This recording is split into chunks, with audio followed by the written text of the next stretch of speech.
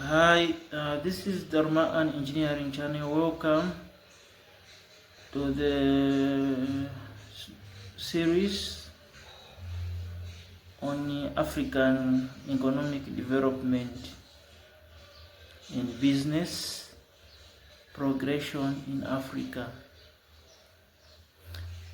Now, let me just make an introduction to Africa. Africa is a continent having a lot of people and vast resources. Now, there are so many questions that can be raised here that despite Africa having a lot of resources, why is it that Africans majority of them are living in abject poverty? The answer is simple and it involves the following factors. Number one, if you observe clearly, the main cause and problem has nothing to do with the external factors, like factors outside Africa. The main problem has to do with the internal factors within Africa, and it all goes down to the mindset of the African people. To prove you that the problem is not an external factor, let us look at the Chinese investments in Africa and other foreign investments in Africa. Someone all the way from China will come to Africa to invest into a factory or a mine or agriculture. So the question is, what is it that you have seen in Africa that has attracted them to come and invest in Africa? Number one is because they've seen that in Africa there are vast resources which they can capitalize on to make profit, and in turn these profits send them back to their own country and reinvest them in their own countries of origin. And some of these same profits, the same governments of China, they will use them to borrow you as loans from what they have reaped from your own continent. So, given this, the Chinese have calculated very well to know that when they invest in Africa, they will be able to get the return on their investment, as well as continue making more profits for the agreed time which they have signed with the governments of Africa to operate within Africa.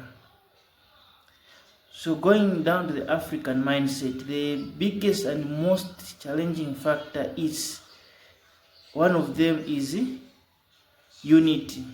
There's lack of unity and support within the African communities.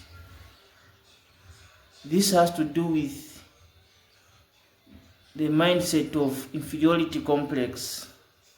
There is a saying that if you hate something, you can never love anything that looks like that very thing that you hate. You can never, if you hate something also, you can never be that thing that you hate. You would never want to be that thing that you hate. For example, if you hate making money, you never make money because you don't love to be money. If you hate to be an engineer, you can never be an engineer because there's no way you would have any motivation or any interest of ever even being that thing that you want. And if at all, let's say in extreme circumstances, you're forced to be that thing, you still not be that thing in a true sense. You would only be doing it because you've been compelled to do it. So, having said that, we will furthermore make progress to say this lack of unity in Africa, as it boils down to inferiority complex, there is this narration to say black people are cursed, or black people, they are not good for anything, they can't be good for anything. So looking at white people as the only people who have the potential to do something progressive, and the African people, they can't do something productive, that becomes a mindset where now people start saying, we are poor, we are poor, we are poor, we are poor.